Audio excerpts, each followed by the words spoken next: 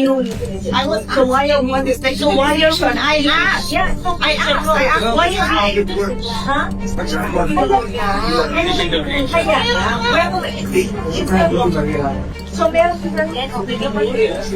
So ito po mga kaibigan, tingnan po natin ito no kasi nagkakagulo ngayon sa sa BICAM. I think hanggang ngayon hindi pa talaga sila nagkakasundo eh.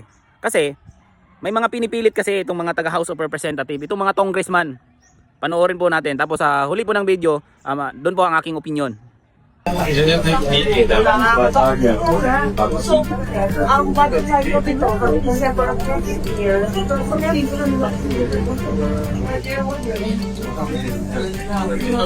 Kaya bibigay na natin. so, ang laki ng 30 plus 30 plus 30.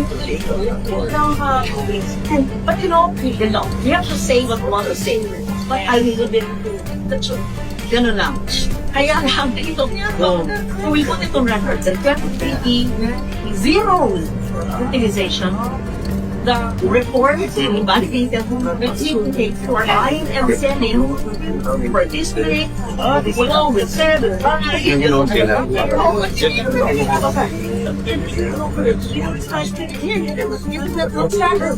exactly. So I didn't expose. I was going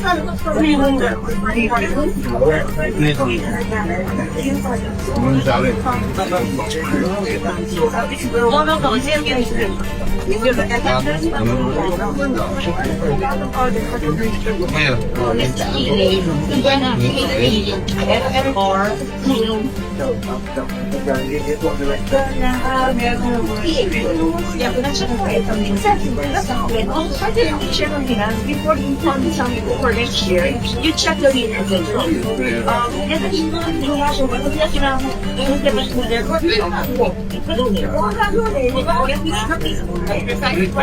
money out of it. Yeah, don't worry,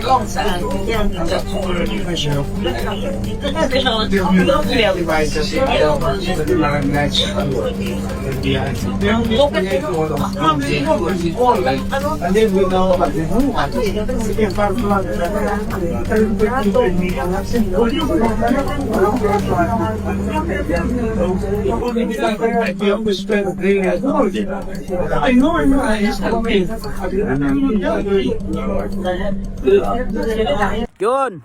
Yung mga taga House of Representative kasi, no, led by Swansing, no, pinipilit kasi nila, I think 52 billion yata yon, yung pinipilit nila na farm to market road.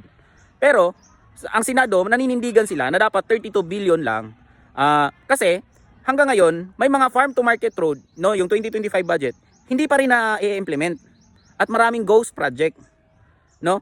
So bakit kaya pinipilit ito ng mga congressman ngayon, no? Tapos meron pa yung MAIFIP, no? Yung guarantee letter kapag ikaw ay na hospital, hihingi ka ng guarantee letter doon sa mga politiko, no? Sa mga congressman, no? Akala mo talaga pera nila yun eh. So before ka makakuha ng financial assistance or medical assistance, kailangan mo pang lumuhod sa mga congressman, no, para bigyan ka ng pera na galing din sa atin, no? Ganyan kaputangin ng mga yan.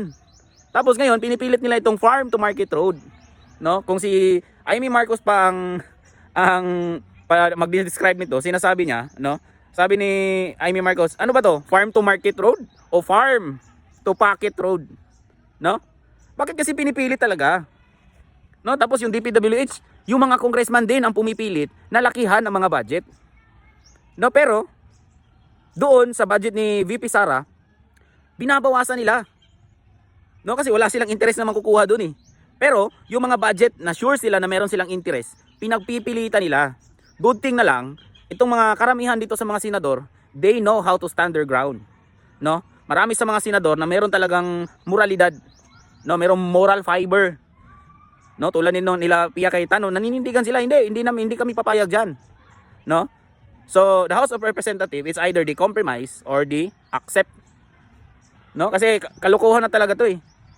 Yung mga congressman mismo, yung itong mga taga House of Representatives ang pumipilit. Kasi nga, marami sa kanila diyan, maraming kinukurakot. Power of the person puta.